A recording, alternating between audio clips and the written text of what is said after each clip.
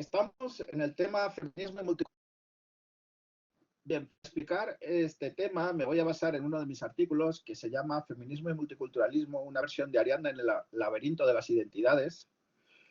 Y como sabéis, hay un mito griego que es el mito de Teseo, en el cual Ariadna, Teseo tiene un hilo que le conecta a Ariadna, que Ariadna está en la puerta del laberinto y Teseo se adentra en el laberinto para derrotar al Minotauro. Bueno, esto es un mito clásico. Foucault bueno, en este artículo yo lo que hago es decir que en vez de que sea Teseo el que va a derrotar al Minotauro, sea Ariadna. Bueno, este mito clásico a mí me sirve para explicar que las cuestiones de la identidad y el género son muy complejas, tienen muchas aristas y que, como vamos a ver, y que es un laberinto. Es decir, hay muchas contradicciones, hay muchas situaciones que no se entienden. Y que, por lo tanto, podemos considerar que para salir del laberinto necesitamos un hilo, necesitamos una serie de estrategias para ver cómo podemos salir del laberinto de la identidad y el género, ¿no?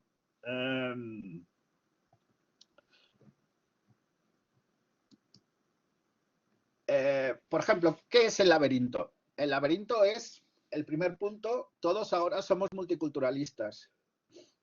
Este es un punto interesante. Está basado en una obra de Gleiser. Lo que él quiere decir es que en Estados Unidos el multiculturalismo, una versión del multiculturalismo, ha triunfado en determinados sectores, es muy influyente en determinados sectores y no cabe otra.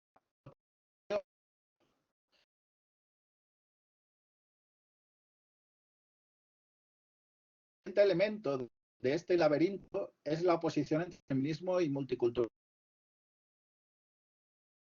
El grupo de exponer el texto de Hawking y un texto que yo tengo explicando las críticas a Hawking.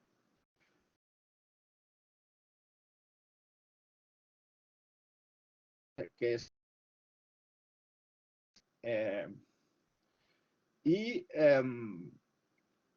pues parece que si protegemos los derechos de las culturas, discriminamos más a las mujeres, ¿no? Se refuerzan las jerarquías tradicionales. Se refuerzan las jerarquías tradicionales. Bueno, eso lo veremos con detenimiento, ¿no? El siguiente punto, el punto de las diferencias entre mujeres, se basa en una obra de Montessori, que es una feminista india, que se llama Bajo ojos occidentales.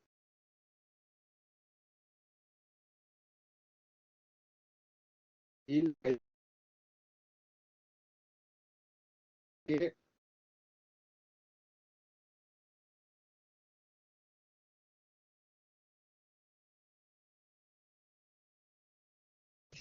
sustanciales entre mujeres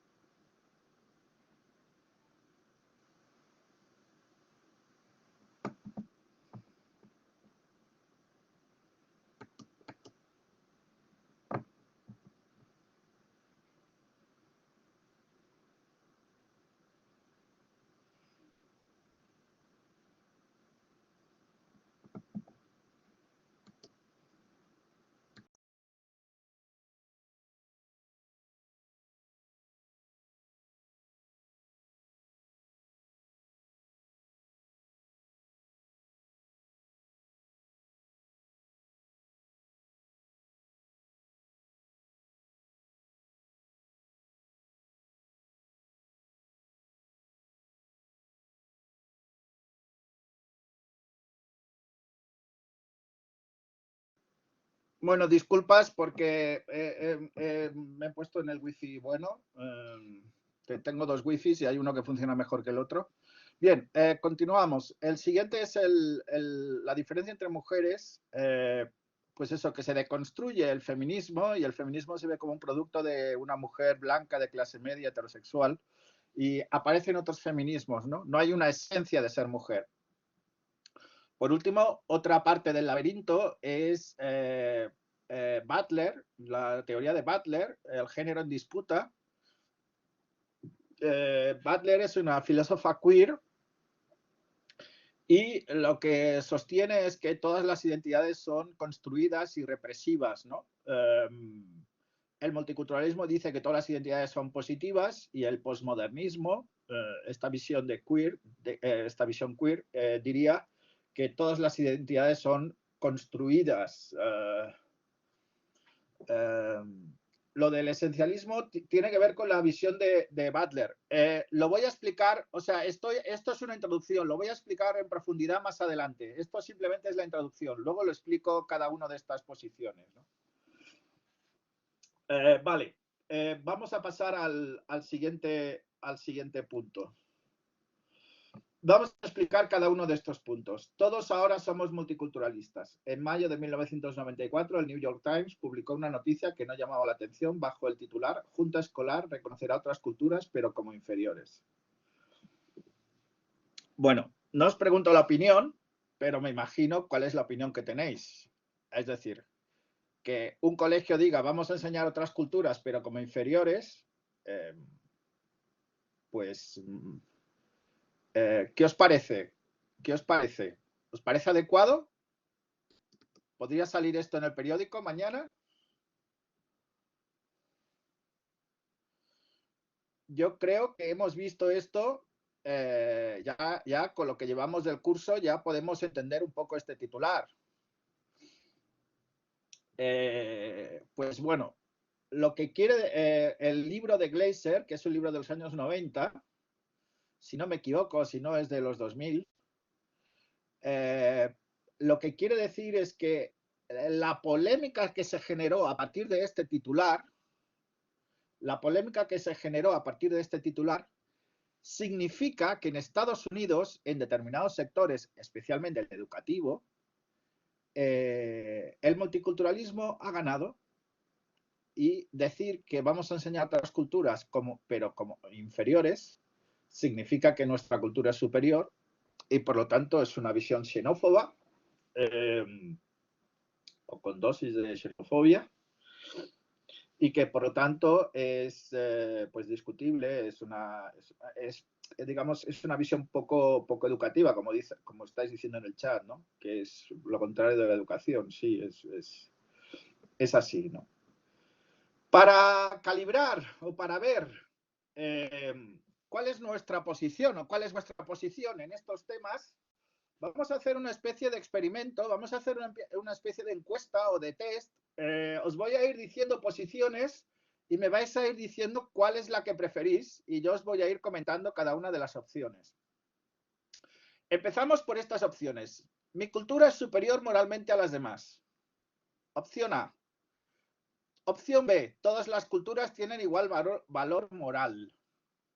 Opción C. Todas las culturas están inherentemente limitadas, son mutuamente enriquecedoras y es positivo el diálogo intercultural. ¿Cuál os gusta más? Sí, parece que la C es la que tiene más seguidores, ¿no? Bien, os cuento algunas cosas.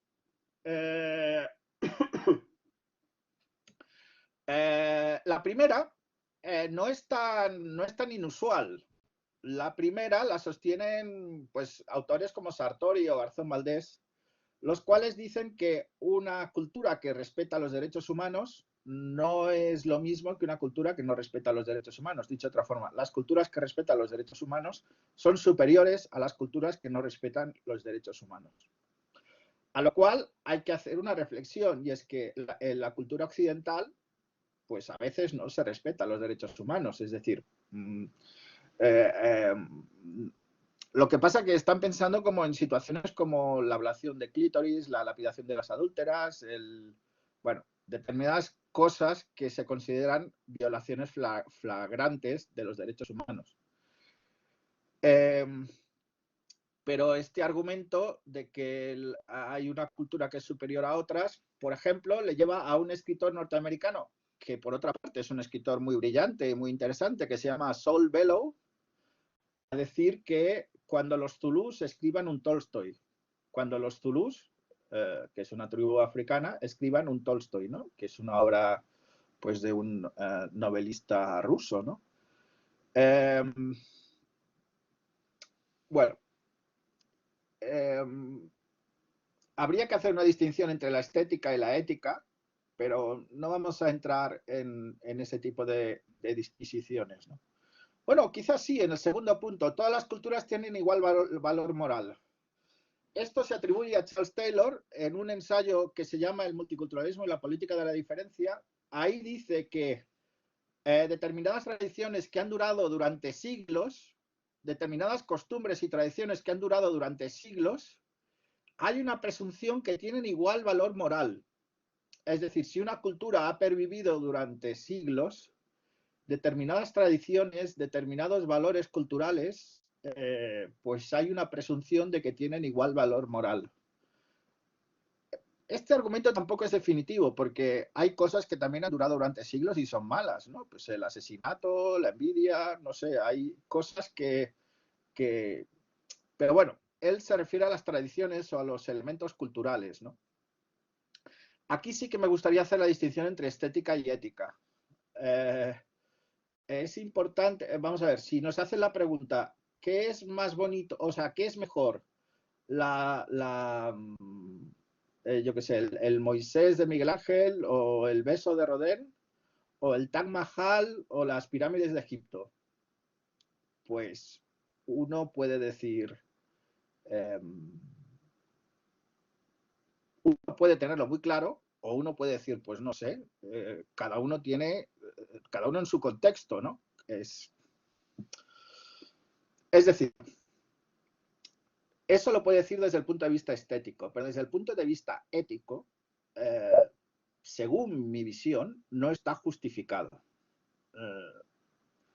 Lo que quiero decir de forma técnica es que desde el punto de vista estético los valores pueden ser inconmensurables, es decir, los valores pueden ser incomparables, no podemos comparar la ópera china y la ópera, digamos, occidental, no podemos compararla, y eso se produce desde el punto de vista de la estética, pero desde el punto de vista de la ética sí que podemos comparar, digamos, determinadas vulneraciones de los derechos humanos, sea donde sea. No hay un elemento cultural, aunque también hemos visto que se puede interpretar interculturalmente los valores, pero digamos, es importante tener la universalidad, ¿no? Es importante tener unos valores comunes en toda la humanidad para poder juzgar determinadas acciones. No sé si me estoy explicando bien, si entendéis lo que estoy diciendo.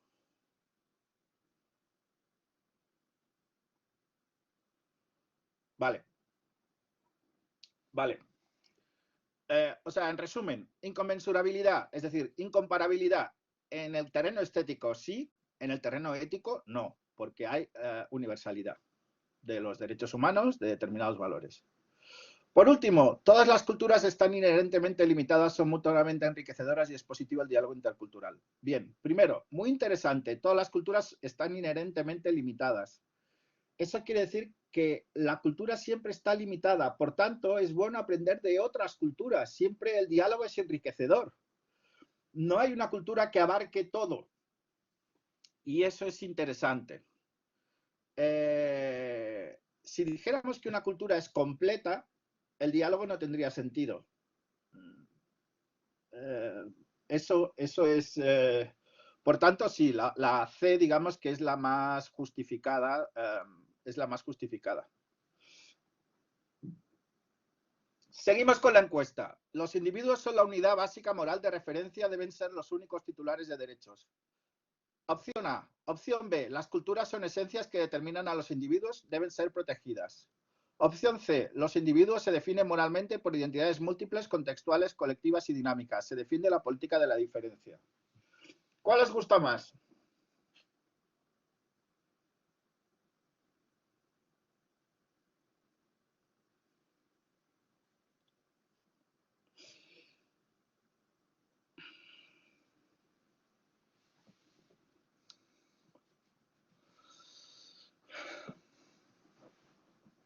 Bien, veo que os gusta más la C.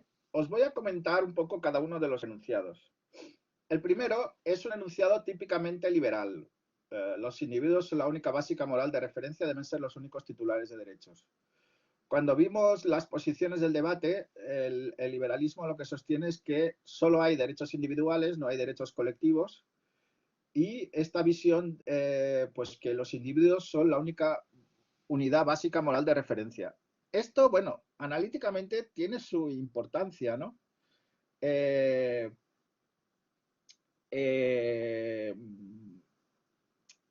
Y digamos que la cuestión es, por ejemplo, si el pueblo mapuche o el pueblo vasco tienen derechos o son instancias de agencia moral.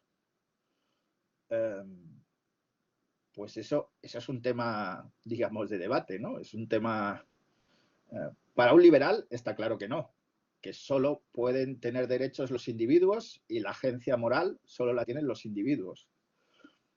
Para algunas otras posiciones, el pueblo mapuche puede tener derechos colectivos y para algunas otras posiciones puede tener agencia moral, ¿no? O sea, puede ser agente moral. Pero eso es un tema muy debatido, muy controvertido desde el punto de vista filosófico, ¿no? La opción B, las culturas son esencias que determinan a los individuos, deben ser protegidas. Pues aquí con el tema del esencialismo y el tema del determinismo cultural, es decir, las culturas son esencias que determinan a los individuos. Pues bueno, también esto es un debate filosófico muy... Si las culturas determinan a los individuos, siempre se dice que la libertad es la posibilidad de elegir por uno mismo o de actuar en contra de las circunstancias que a uno le ha tocado vivir o luchar contra las circunstancias que a uno le ha tocado vivir, ¿no? En ese sentido, el determinismo estaría enfrentado al libre albedrío, ¿no? De alguna manera. Bueno, esto es una controversia clásica, ¿no? Por ejemplo, el concepto de esencia aplicado a la cultura en este contexto es un concepto muy denso filosóficamente, es un concepto muy... Las culturas son esencias que determinan a los individuos y deben ser protegidas. Bueno, pues decir eso tiene muchas implicaciones, ¿no? Por último, los individuos se definen moralmente por identidades múltiples, contextuales, colectivas y dinámicas. Esta definición tiene algunos trucos, digamos, o algunas cosas implícitas. Primero, los individuos se definen moralmente por identidades múltiples. Aquí el punto clave es que se definen moralmente. Esto tiene que ver con el comunitarismo, que ya vimos en su día, ¿no? Los individuos se definen moralmente por identidades múltiples, no una única identidad, sino identidades múltiples, o sea, una visión multiculturalista. Contextuales, por tanto, multiculturalismo, ¿no? Que tienen que ver con el contexto, no están dadas. Colectivas, que hacen referencia al colectivo, como vimos, la cultura tiene que ver con el colectivo. Y dinámica, otra característica de la cultura, y es que la cultura evoluciona. Y se define la política de la diferencia, que ya vimos en su momento que era una de las características del multiculturalismo. ¿Se ha seguido la explicación?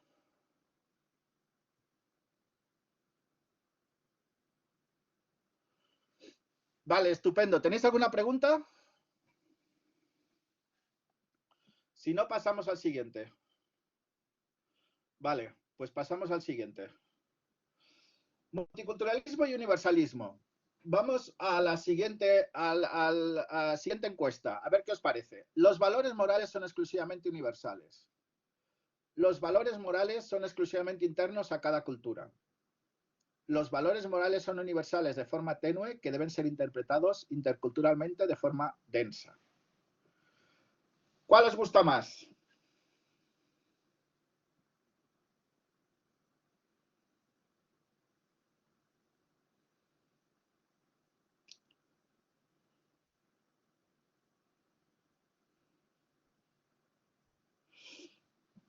Bueno, la verdad es que sí, bueno, está un poco hecho para que os guste más la C, pero os voy a explicar cada uno de los puntos, ¿no? Los valores morales son exclusivamente universales, pues es una posición que a veces se sostiene. Lo que se diría es los valores morales son exclusivamente universales y los valores culturales son exclusivamente particulares. Los valores culturales son particulares. Esta visión de los valores morales son exclusivamente universales sería una visión inspirada en Kant, ¿no? Sería una visión inspirada en Kant o una visión deontológica. Es una visión poco sensible a la diversidad cultural, ¿no? Y es una visión que suele llevar la crítica de etnocentrismo, ¿no? Porque lo que suelen decir es que estos valores universales suelen coincidir con los valores occidentales, ¿no? Y entonces, por ejemplo, desde Oriente, desde países de Oriente, ¿no? De Asia, o incluso países de Latinoamérica, se sostiene que pues estos valores que se pretenden universales, pues en el fondo son valores occidentales, ¿no? Por ejemplo, la cuestión del individualismo o algunas cuestiones que en la mentalidad asiática están más basados en virtudes, son más basados, tienen valores familiares muy fuertes o tienen otra mentalidad. Y esa mentalidad es distinta de la mentalidad individualista que está detrás de la noción de derechos y la noción de derechos humanos, de la que surge la noción de derechos humanos, que están en el origen de la noción de derechos humanos. Yo creo que la noción de derechos humanos evoluciona y es una noción universal, pero está la crítica de este etnocentrismo, ¿no? Por otro lado, tenemos el relativismo, es decir, los valores morales son exclusivamente internos a cada cultura. Y eso es un problema. Yo creo que a estas alturas del curso lo podemos ver, ¿no? Es decir, si la ablación del clítoris en África o la lapidación de las adúlteras, o hay una costumbre en India, creo que os lo he comentado alguna vez, que consiste en quemar a la viuda en la pira funeraria del marido. Bueno, esto es una cosa muy rara, pero alguna vez ocurre actualmente. En fin, hay determinadas costumbres que si se valoran solo por los valores de esa cultura, se considerarían correctas, pero que necesitamos la universalidad, lo que estamos hablando en el punto anterior, necesitamos la universalidad para decir hay unos derechos humanos y estas prácticas son contrarias a los derechos humanos. Por último, los valores morales son universales de forma tenue que deben ser interpretados interculturalmente de forma densa. Hay un libro de Michael Walzer, os voy a escribir el nombre en el chat. Michael Walzer, es un libro de hace unos años, en inglés se llama Thick and Thin Moral Theory, International Moral Theory. Bueno, no recuerdo bien el título, pero vamos, tiene estas dos características de thick and thin. Ahora acaban de sacar en Tirando Blanc un libro que se llama Denso y ligero en la moralidad internacional o una cosa así, ¿no? Entonces, bueno, han traducido ligero por tenue, pero bueno, es esta forma de que los valores universales son tenues y deben ser interpretados de forma densa en cada cultura. Por ejemplo, el ejemplo que siempre pongo es el fuete, ¿no? Que me habréis oído hablar, supongo, en las clases, ¿no? Es decir, en una comunidad indígena, en el contexto de una comunidad indígena, pegar 20 latigazos a una persona que ha cometido un delito es un trato inhumano degradante. ¿Va contra la dignidad humana?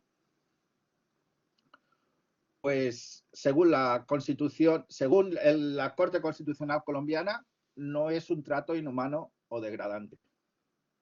Y no va contra la dignidad humana. Es un castigo ritual de la comunidad y con eso se consigue que no vaya a la prisión. Para un indígena ir a la prisión, con su conexión con la tierra y con la comunidad, es mucho peor que recibir 20 latigazos. David, ¿tú consideras que sí que es un trato inhumano y degradante?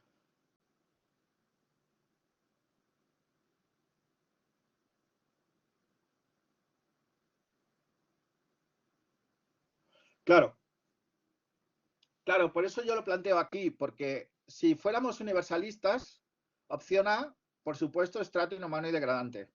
Si fuéramos opción B, relativistas, cada cultura puede hacer lo que quiera en su cultura, según sus valores. Pero si somos C, hay valores universales que deben ser interpretados de forma densa interculturalmente. Podemos interpretar que en ese caso el trato inhumano y degradante no incluye, en el contexto de una comunidad indígena, en un castigo ritual, no incluye el tema del fuete. Pero esto es muy... Ya creo que os subí a Aula Global un artículo mío sobre el tema. Esto es un tema muy controvertido y por supuesto puedes pensar, David, que esto es... O sea, puedes estar en este punto a favor de la posición A. O sea, la dignidad humana y los tratos inhumanos y degradantes son universales y se ha de interpretar de esa forma. Bueno, ese matiz que haces de que todos los miembros de dicha cultura lo respetan, pues lo respeto. Es interesante porque la última jurisprudencia sobre el caso dice que si la víctima acepta el castigo, acepta el fuete, no hay problema. Pero si la víctima no acepta el fuete, es expulsado de la comunidad. Con lo cual, eso es un problema, digamos. Va a la cárcel y le expulsan de la comunidad. Son las dos cosas, digamos, es un doble castigo, ¿no? Es un poco, es una sanción social y es una sanción penal, ¿no? Pues es un problema, ¿no? Bueno, vamos a continuar. Bien. El primer punto del laberinto, hasta ahora hemos intentado hacer un panorama de situaciones para saber qué es el multiculturalismo, para saber dónde estamos en el multiculturalismo. Ahora vamos a ver el laberinto, ¿no? Vamos a ver las contradicciones o las paradojas o las situaciones que se dan en la cuestión de la identidad y género.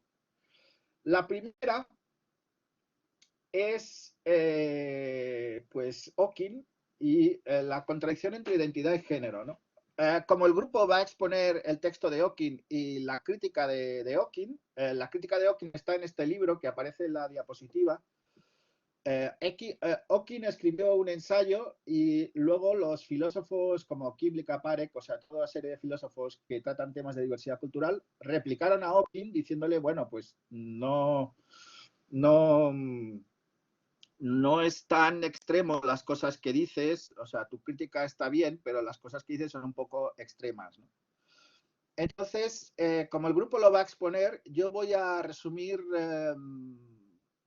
yo voy a aportar alguna idea, por ejemplo, lo de Sachar, que el reconocimiento de las culturas minoritarias supone el refuerzo de las jerarquías tradicionales, ¿no? Lo que hemos visto una y otra vez, ¿no?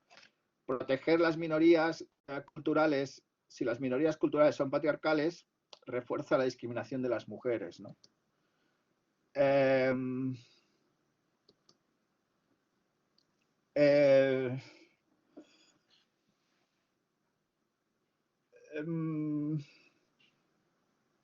Bueno, me gustaría solo añadir que sí, que Kimlicka o Parek dicen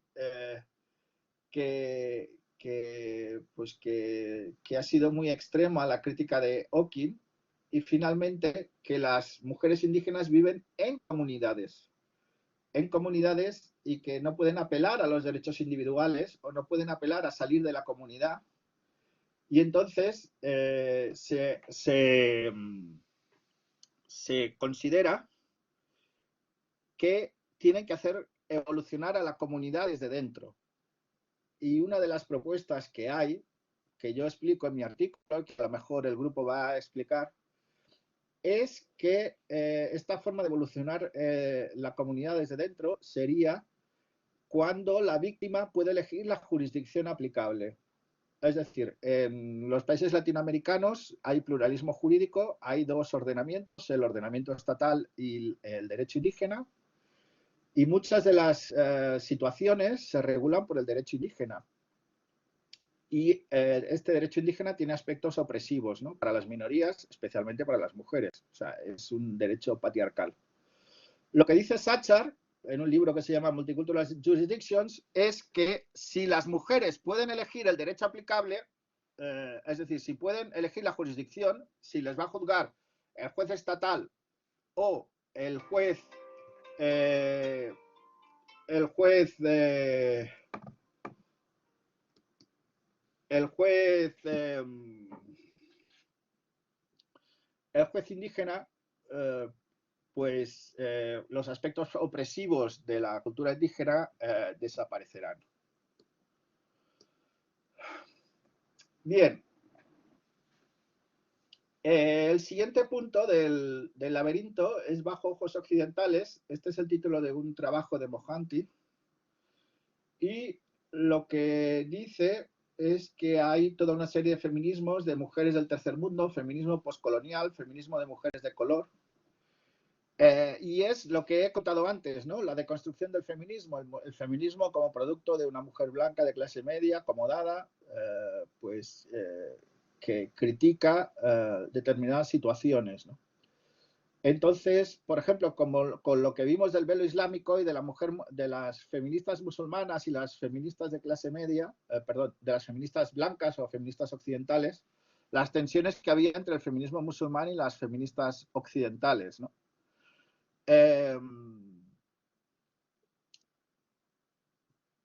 La conclusión es que no hay una esencia de ser mujer, sino que existen diferencias moralmente relevantes entre las mujeres, ¿no? En esto que hay que explicar un concepto que vendrá en las estrategias para salir del laberinto, que supongo que conocéis, pero que es un concepto que está como muy en o que ha estado muy en boga, que es el de interseccionalidad. Es decir, la interseccionalidad o la discriminación interseccional surge en Estados Unidos con las mujeres negras, y las mujeres negras estaban discriminadas por ser mujeres, por ser negras y por ser mujeres negras, con lo cual compartían motivos de discriminación con los hombres negros, con las mujeres blancas, y tenían motivos específicos de discriminación con con el grupo de mujeres negras. Estaban por una discriminación específica y por una discriminación general a dos colectivos, ¿no? Esto es lo que se llama interseccionalidad, que habitualmente está con la raza y el género, pero que, pues que tiene muchas, digamos, de la que se habla mucho y bueno, está el concepto de interseccionalidad y está el concepto de discriminación múltiple, donde hay otro tipo de discriminaciones, ¿no? ¿Sí has seguido esta explicación?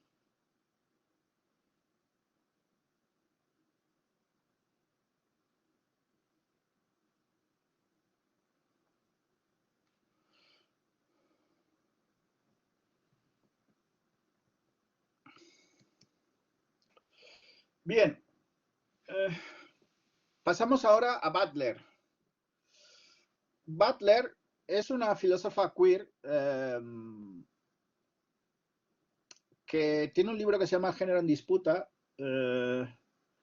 y que practica una deconstrucción posmoderna. Digamos que si hubo una deconstrucción del feminismo en el punto anterior de las diferencias entre mujeres, el posmodernismo llevó la deconstrucción hasta sus últimas consecuencias y llegó a la conclusión de que todas las identidades son construidas, represivas y excluyentes. Este tema está muy en boga últimamente porque hay un proyecto de ley, digamos, sobre la cuestión transgénero, y hay un debate general en el feminismo y hay un debate general en la izquierda. Digamos que las representantes históricas del feminismo consideran que las protagonistas del feminismo son las mujeres. Sin embargo, hay nuevos movimientos LGTBI o nuevas visiones en la izquierda y nuevas visiones en el feminismo que consideran que las protagonistas del feminismo o la definición de mujer tendría que ampliarse para incluir la realidad transgénero.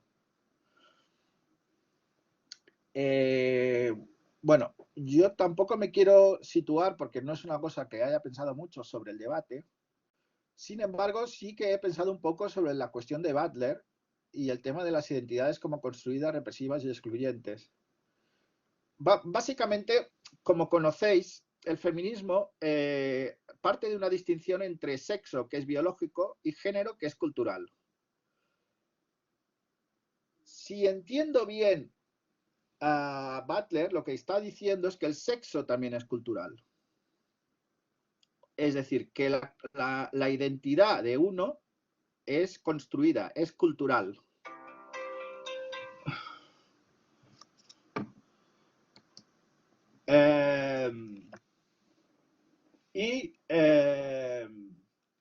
Yo lo que diría a eso es que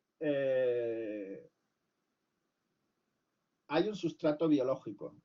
Hay un sustrato biológico, es decir, que el género es construido, es cultural, pero que el sexo, en última instancia, responde a una cierta realidad biológica. Uno no decide de un día para otro ser mujer. Digamos, hay una cierta realidad biológica detrás. Esa es mi posición personal, sin haberlo pensado mucho, pero me parece que la posición de Butler es puramente voluntarista con la cuestión del sexo. Pero como es una cuestión abierta, ¿qué opináis sobre el tema?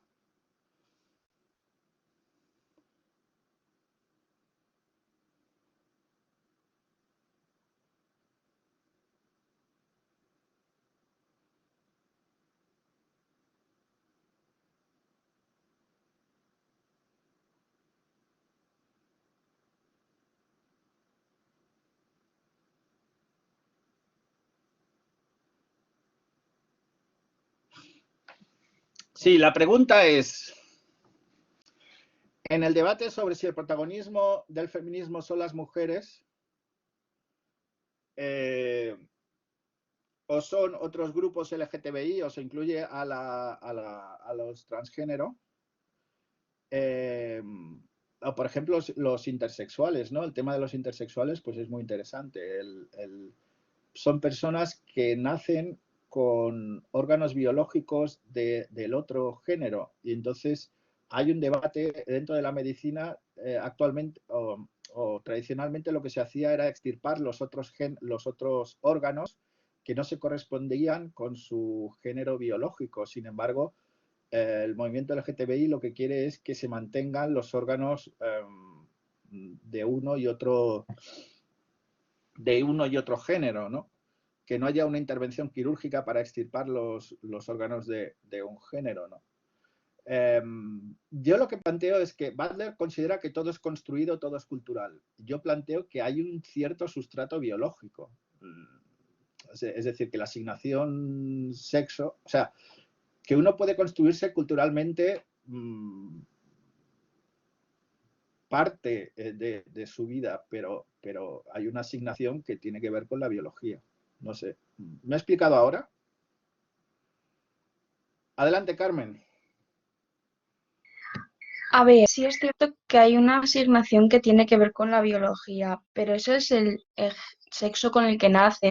Luego te puedes identificar con ese sexo o no. Y eso ya no tiene que ser, ya no es culturalmente hablando, sino que ya es más personalmente. Y si pues te sientes mujer y has nacido siendo hombre, pues cambias y ya está.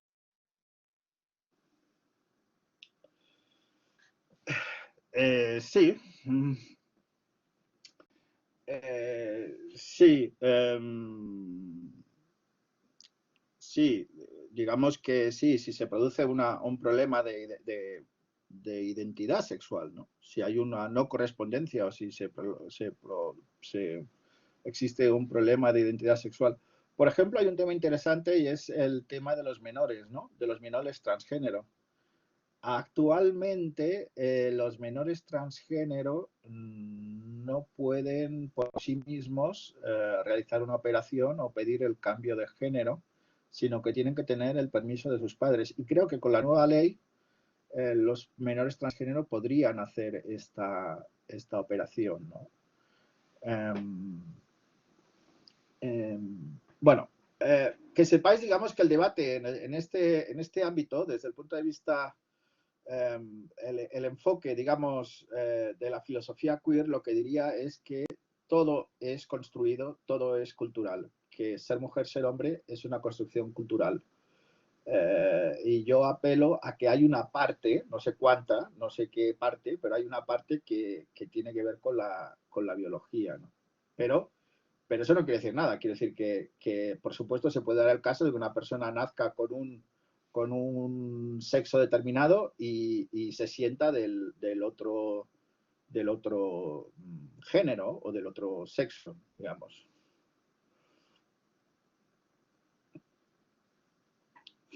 Muy bien, pero yo creo que este tema es un tema interesante, es un tema que está muy en boga ahora, que está muy de moda y que también es uno de los temas que tiene que ver con identidad y género, ¿no? Que es un tema que tiene que ver con identidad y género.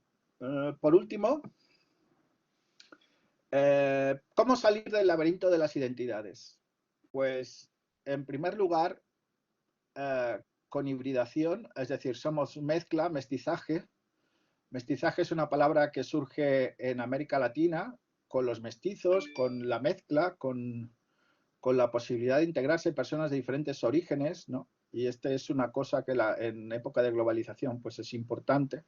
Todos los racistas, como hemos visto, odian la mezcla, el mestizaje, pues es bueno. Hemos visto el valor de los híbridos, hemos visto que es bueno esta mezcla. Luego el concepto de interseccionalidad, que os lo he explicado, que viene de Estados Unidos, de la dicotomía entre género y raza, que tiene que ver con estas situaciones en las cuales uno es discriminado por ser mujer, uno es discriminado por ser negra y uno es discriminado por ser mujer negra. Y entonces comparte motivos de discriminación con los hombres negros, con las mujeres blancas y con las mujeres negras. La posición transubicacional, bueno, sería como la discriminación múltiple, ¿no? Lo que quiere decir la posición transubicacional es que la interseccionalidad normalmente es género y raza, o sexo y raza, pues hay otros motivos, ¿no? Si una persona es discapacitada, si el tema de la orientación sexual, el tema bueno, hay otros temas más amplios como la cuestión de la religión, las convicciones o la edad, por ejemplo. Hay determinados factores, las identidades son múltiples y nuestras identidades se componen de diferentes factores y esos factores pueden ser motivo de discriminación y motivo de vulnerabilidad, ¿no? Por tanto, la posición transubicacional lo que dice es que las identidades son múltiples y que todos esos factores son relevantes para tener en cuenta para salir del laberinto de las identidades, ¿no? Para salir hay que tener en cuenta todos esos factores a la hora de tomar decisiones o a la hora de tratar con la cuestión de la identidad, ¿no? El siguiente punto es la perspectiva dialógica y la política de coalición, es decir, el diálogo para solucionar los problemas. Y la política de coalición tiene que ver con que muchas veces en las políticas de la identidad cada uno lucha por lo suyo, pero no hay una perspectiva global. Entonces, pues muchas veces lo que se dice es que uno ha de luchar por su colectivo o por su grupo, pero también tener una perspectiva más amplia y luchar por los colectivos o los grupos afines, ¿no? Por ejemplo, el típico ejemplo son las sufragistas y los abolicionistas, ¿no? Las mujeres y los defensores de los derechos civiles. Pues históricamente esto fue así y actualmente pues se sigue luchando del feminismo. Ahora, por ejemplo, hay un gran debate sobre el feminismo antirracista. Pues claro, digamos que lo interesante dentro del multiculturalismo es defender tus identidades, pero de que eso sea compatible con defender las identidades de los demás y no de forma excluyente, sino de forma inclusiva, ¿no? De poder defender todas las identidades de una forma cooperativa, de una forma coordinada, ¿no?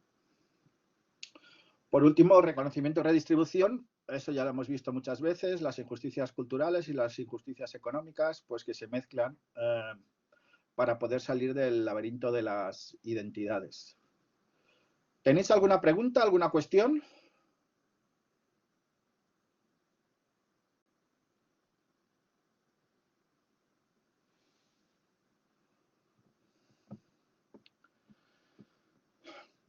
Bien, pues damos por finalizado el tema del feminismo y multiculturalismo del curso El multiculturalismo a debate.